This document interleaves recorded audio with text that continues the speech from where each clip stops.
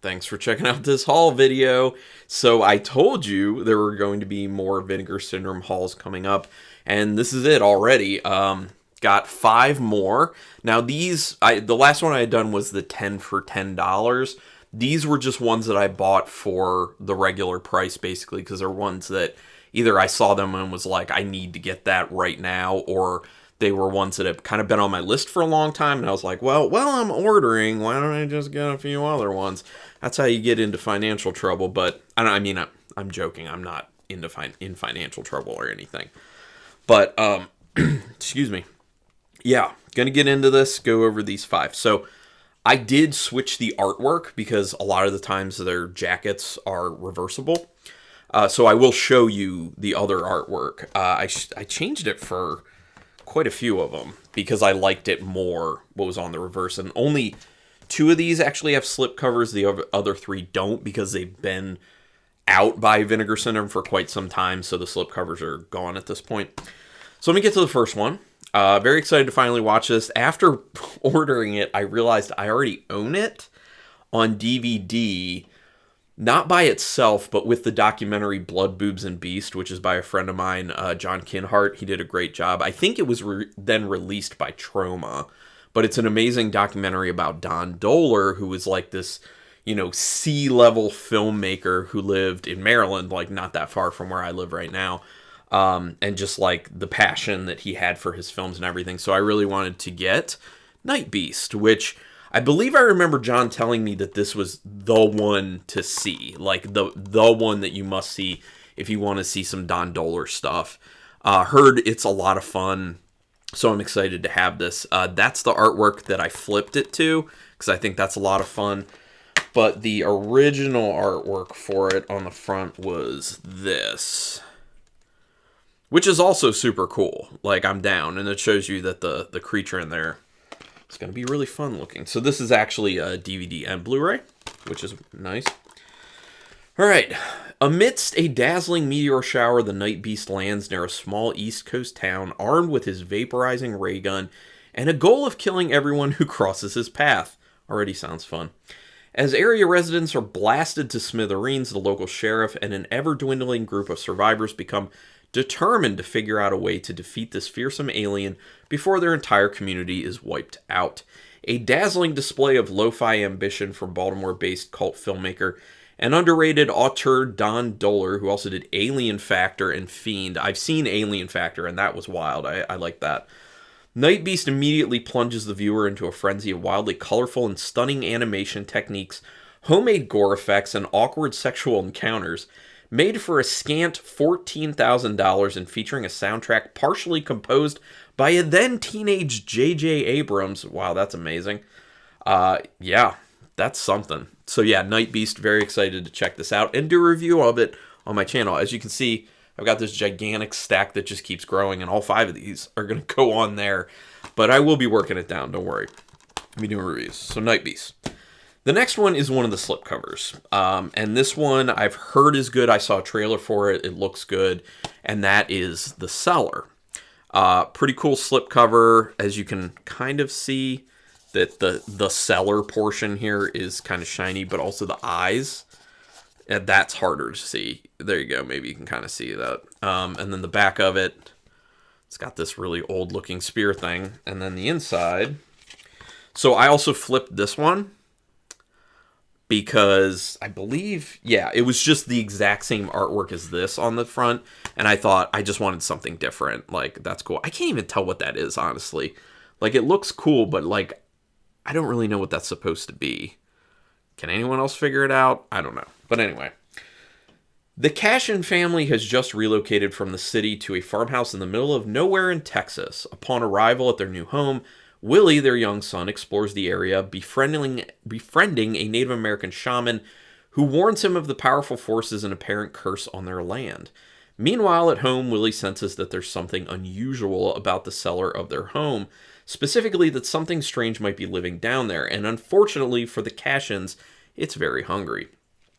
An unfortunately troubled production with director Kevin Tenney. Oh my gosh, Kevin Tenney? Oh man, now I'm even more excited because I love Witch Trap and Witch Board. Love those films. He also did Night of Demons, which I don't like, but Witch Trap and Witchboard, awesome.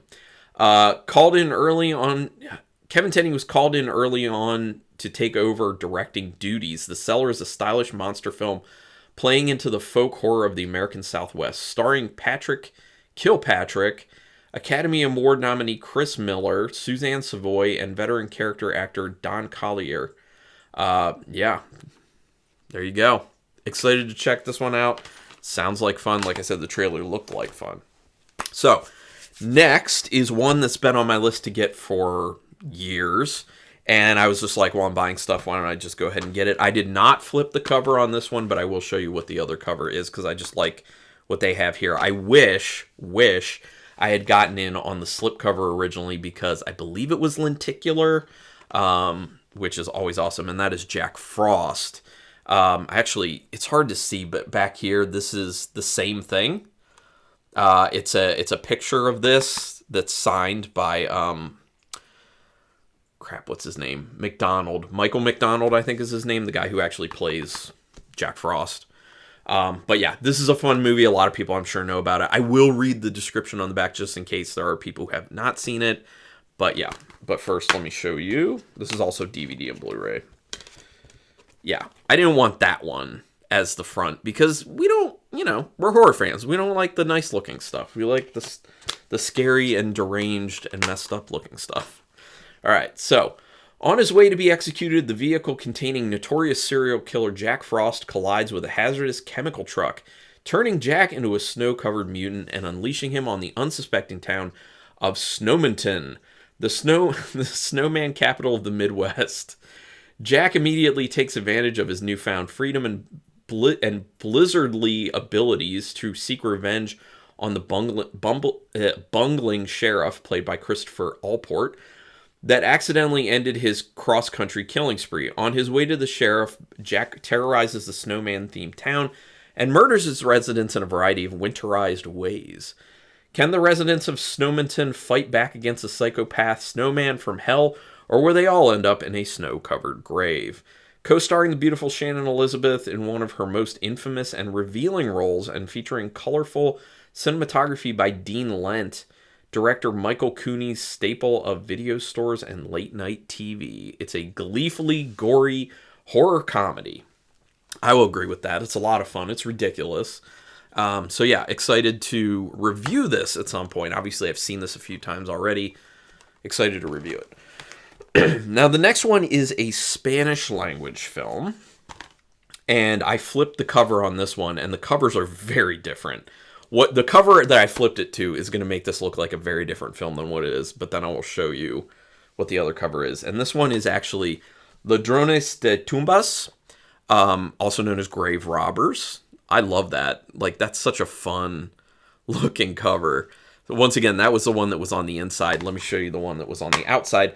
And I flipped it just because I thought this one was actually just kind of boring. It just shows like this hooded figure with an axe and says Grave Robbers. So I just, I don't want that one. I want the more fun looking one. Just saying. All right, so let's read this one. In the early Spanish colonial age, the leader of a satanic sect was condemned to eternal damnation by a priest and was left to rot with an axe forever embedded in his chest.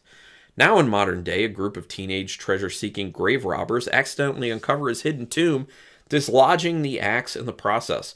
But what they don't realize is that they've unwittingly reawakened the diabolical killer, who promptly sets out to complete his unholy mission of spawning the son of Satan while brutally butchering anyone who happens to get in the way. Heavily inspired by the late 80s slasher films, Ruben Galindo Jr.'s Grave Robbers. Ooh, he also did Don't Panic, which I'm going to be getting relatively soon. And I have seen, and that's fun. His Grave Robbers is one of the best forgotten films to come from Mexico's oft-overlooked 80s horror boom. With exceptional production value, gruesome death scenes, and a relentless killer akin to his many American counterparts, Grave Robbers feels right at home with any of the later entries in the Friday the 13th series.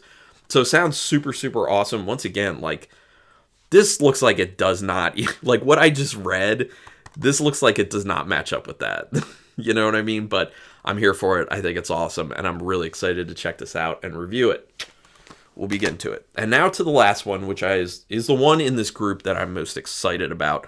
This is the other slipcover. This was on pre-order when I bought it, so it took a while for my package to get to me because I had to wait for this, but I saw the trailer for this, and I, like, flipped out. It was one of those trailers where, like, you send it to friends, and you're like, you have to see this. It looks wild.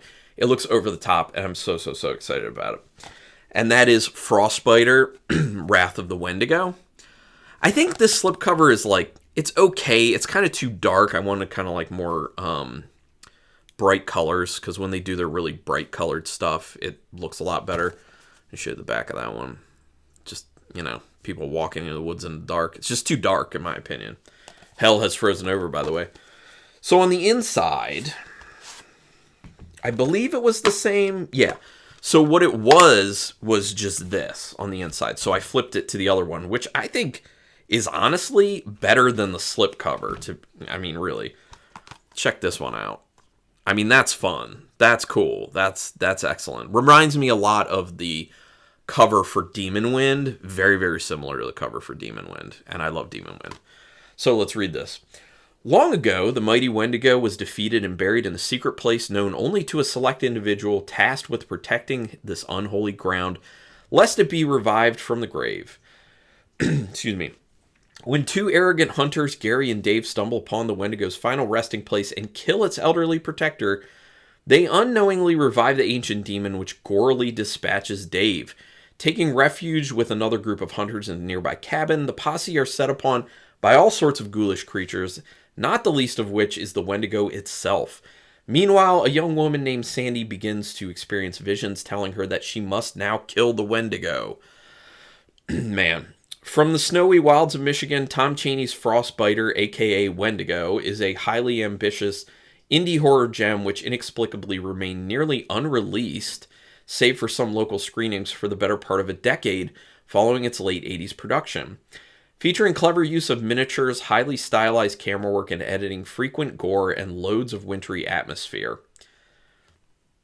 I'm excited. Like, I am beyond excited for this. Once again, if you see the trailer for this, hopefully you would flip out like me and just be like, this looks amazing. I gotta see it. So anyway, that's it. That's all 5. I'm very excited. Like I said, there will be more.